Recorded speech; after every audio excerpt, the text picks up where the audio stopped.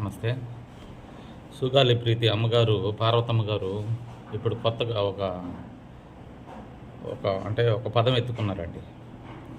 ఏమనంటే, నాకిచ్చిన పొలము, మా ఆయనకిచ్చిన జాబు, నాకిచ్చిన ఇంటి స్థలము అన్నీ రిటర్న్ ఇచ్చేస్తాము. నా బిడ్డను నాకు బతికిచ్చి తీసుకొచ్చి ఇచ్చేయండి అనేసి. అమ్మా, బిడ్డను బతికి ఇచ్చి తీసుకురాలేరనే ఉద్దేశంతోనే కదా మీకు అవన్నీ ఇస్తే తీసుకున్నారు. ఇప్పుడు మళ్ళీ నేను వెనక్కి ఇచ్చేస్తాను, నా బిడ్డను తీసుకొచ్చి ఇస్తారని మాట్లాడతారండి. ఎవరైనా చనిపోయిన వాళ్ళని తీసుకొచ్చి ఇస్తారా? మేము మాట్లాడేది ఏంటి? న్యాయం కోసం అడుగుతున్నారు కదా.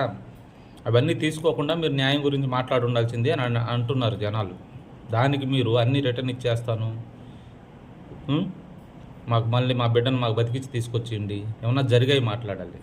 ఇలాంటి మాటలు మాట్లాడి మీ మీద చాలా సానుభూతి ఉంది జనాలకి. అదంతా పోగొట్టుకుంటున్నారు తల్లి. మీరు వైసీపీ ట్రాప్లో పడి వైసీపీ వాళ్ళు మిమ్మల్ని వాడుకుంటున్నారు. అది అర్థం చేసుకోండి దయచేసి. ఇంకొకసారి ఇలా దిగజారి మాట్లాడి మీకున్న విలువని, మీకున్న గౌరవాన్ని, మీ మీద ఉన్న సానుభూతిని పోగొట్టుకోవద్దు దయచేసి, ప్లీజ్. నమస్తే.